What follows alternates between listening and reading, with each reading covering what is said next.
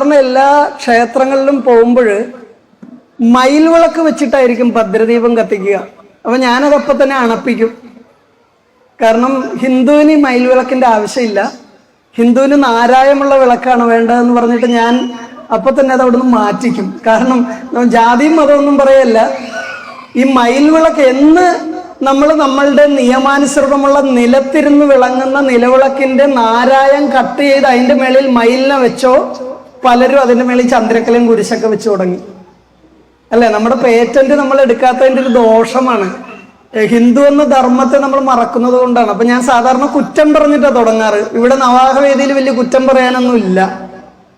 പിന്നെ അലങ്കാരം കഴിവതും പുഷ്പങ്ങളെ കൊണ്ടാണ് ചെയ്തിട്ടുള്ളത്. സാധാരണ ഇപ്പൊ എളുപ്പ വഴിയിൽ പ്ലാസ്റ്റിക്കാണ് ഉപയോഗിക്കുന്നത്. പ്ലാസ്റ്റിക് ക്ഷേത്രത്തിൽ എന്ത് ചൈതന്യം തരുന്നു എന്നൊന്നും അറിയില്ല. പക്ഷെ സാധാരണ ഇപ്പൊ ക്ഷേത്രങ്ങളിൽ കാണുന്നത് കൂടുതലും പ്ലാസ്റ്റിക് കൊണ്ട് അലങ്കരിക്കുന്നതാണ്. ഇവിടെ എന്തായാലും തെങ്ങിന്റെ കുരുത്തോലയും അല്ലായെങ്കിൽ പുഷ്പങ്ങളൊക്കെ കൊണ്ട് അലങ്കരിച്ചതായിട്ട് കാണുന്നു. അതൊക്കെ സന്തോഷം നൽകുന്നു. വളരെ ഉത്തമമായൊരു വേദി സന്തോഷം നൽകുന്നു.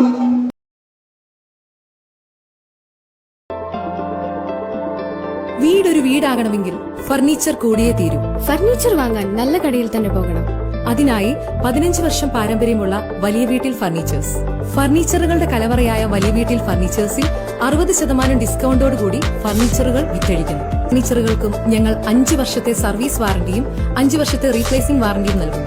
എല്ലാ 50,000 രൂപയ്ക്ക് മുകളിലുള്ള പർച്ചേസുകൾക്കും 5,000 രൂപ വിലമതിക്കുന്ന സമ്മാനങ്ങൾ. കേരളത്തിൽ എവിടെയും ഫ്രീ ഡെലിവറിയും അതോടൊപ്പം ഓൺലൈൻ പർച്ചേസിംഗും ഞങ്ങൾ ഇവിടെ ഒരുക്കുന്നു. വലിയ വീട്ടിൽ ഫർണിച്ചേഴ്സ്, നിയർ മാതാ ഹോസ്പിറ്റൽ, തെള്ളകം, കോട്ടയം.